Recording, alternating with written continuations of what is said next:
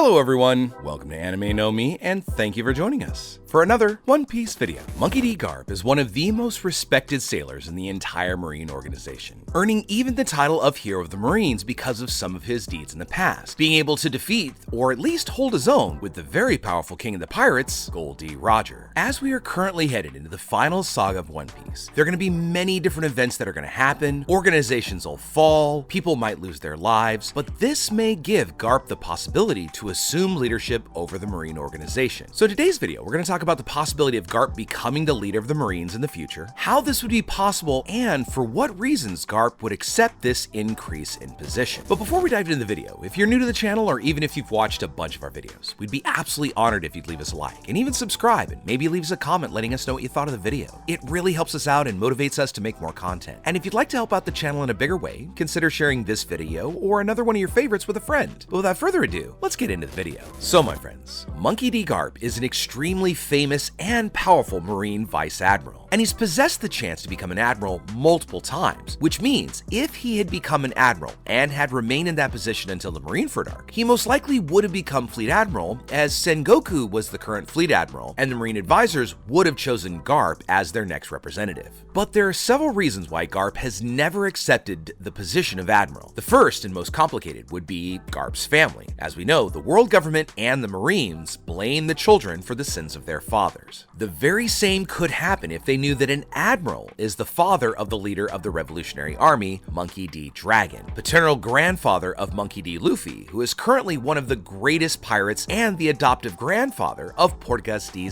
Ace. If this were to ever become public knowledge, this might cause the world government and the Marines' fame to gradually be damaged by Garp, forcing the Marines to take extreme attitudes towards Garp, even though he is a great symbol of the Marine organization. So for this and other reasons, Garp has remained just a Vice Admiral, holding a good position, but one that doesn't draw too much attention as an Admiral or a Fleet Admiral would. During the Battle of Marineford, we saw that no one actually knew about Garp's family members, and apparently not even the Marines, since after Garp revealed that Luffy was his grandson and that he was Dragon's father, everyone present was surprised. Akainu even responded by starting to chase Luffy and take his life. Something impressive to see, since before this revelation, Akainu was pretty much ignoring Luffy's presence in the battle. However, following that revelation that Luffy was related to Garp, Dragon, and Ace, Akainu considered that little pirate as great a threat in the future, so he decided to try and take his life. Because with just the fame that Garp himself possesses, that made Luffy someone quite dangerous for the future. So should Garp become an admiral or later a fleet admiral, that could become even more dangerous to Garp's family members and himself. Garp is also one of the main characters that had great and immense fame during the past eras, along with Kong, Sengoku, Shiki, Silver's Rayleigh, Suru, and Whitebeard. But he was one of the only Marines that could ever confront these powerful pirates and hold his own.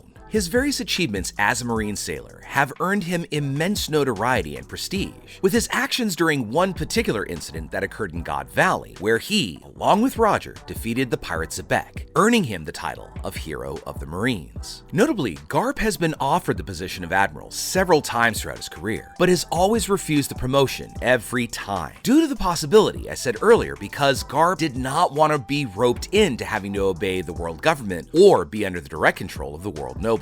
He knows how corrupt and inhumane they are, allowing the world nobles to do whatever they want, even using other people as slaves and using them to perform tasks in their place, and even using them as a mount or ridiculing them or using them as pets. All of these behaviors are things that Garp absolutely abhors, so he would never allow himself to have to obey the orders from people who treat others this way, because the admirals take direct orders from the world government, especially the Gorosei. However, remaining as a vice admiral, Garp wouldn't take direct orders from them and wouldn't draw as much attention, allowing him to stay in a comfortable position in which would keep him considerably neutral, drawing attention only because of his own accomplishments. Now, we all know that at some point in this story, there is going to be a huge fight between the pirates and the Marine organization. Even the world government is gonna end up going after the revolutionaries, causing the order of the world to be entirely affected. Akainu and the other admirals will at some point either leave their position, lose their lives, or perhaps even be forced out, leaving an opportunity for someone someone trustworthy that can come in and command this organization, because for a long time, it's been manipulated by the world government. Currently within the Marines, there are really only 3 sailors worthy of inheriting control over the Marines, being the ones with the most noble ideals among those who have already been presented to us. The most obvious, of course, is Garp. And although he's at an older age, his ideals of justice still stand and are quite fair, because he's always sought to better the world in which everyone can live freely without any oppression coming from any other organization. Another character who also has a similar determination to Garp is Fujitora. Now, although he's a little bit more severe and rigid than Garp, because he has rigid goals and possesses a much more serious personality than Garp, he too has a much more fair sense of justice, as we saw that he was willing to let Luffy and the others escape during Dressrosa because of everything the Straw Hats did to liberate the people of that nation. Another slightly younger option would be Kobe,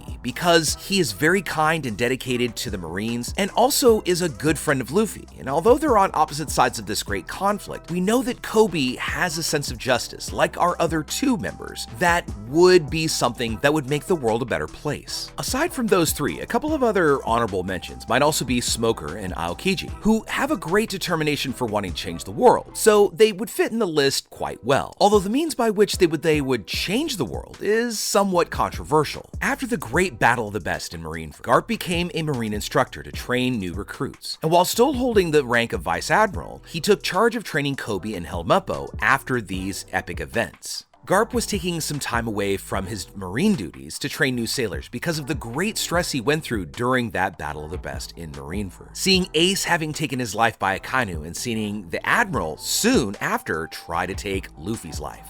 This whole situation left Garp quite shaken because he wasn't able to do anything about it. I mean, his desire was to take the life of Akainu, but had he done that, that would have made him a traitor. So to prevent Garp from doing something wrong, Sengoku threw himself towards Garp and prevented him from confronting Akainu. Even Sengoku abandoned his position as Fleet Admiral after this major conflict, retiring and passing his position on, but yet he still remains active within the Marines as well as Garp. As the hero of the Marines, Garp is highly respected for managing to confront the King of the Pirates several times. And although Garp seems dedicated to his duties, he also has his own sense of justice and doesn't always obey the orders given to him. Garp's immense popularity and achievements are noted by Sengoku as the reason why Garp was never dismissed for his rebellious attitude. However, it was not something Garp necessarily cared for. After all, he never wanted to take orders that he didn't agree with. Aokiji also was one of the only sailors that could really see how honorable Garp was. Because when Aokiji was just a simple Marine, he was impressed that Garp refused several different promotions, denying the position even though he rightly deserved it. This caused Aokiji to gain a great respect for Garp, and even possessing a debt to Garp due to a certain incident that involved Garp saving his life, a debt that still stands to this day. However, because of what could be considered insubordination, Garp is probably hated by the world government because he refuses to obey them. However, because of his great notoriety and his worldwide fame within the Marines, they were forced to let him stay a Marine, being now just an instructor of up-and-coming novice sailors. It also seems that none of this ended up affecting Garp's position in the Marines.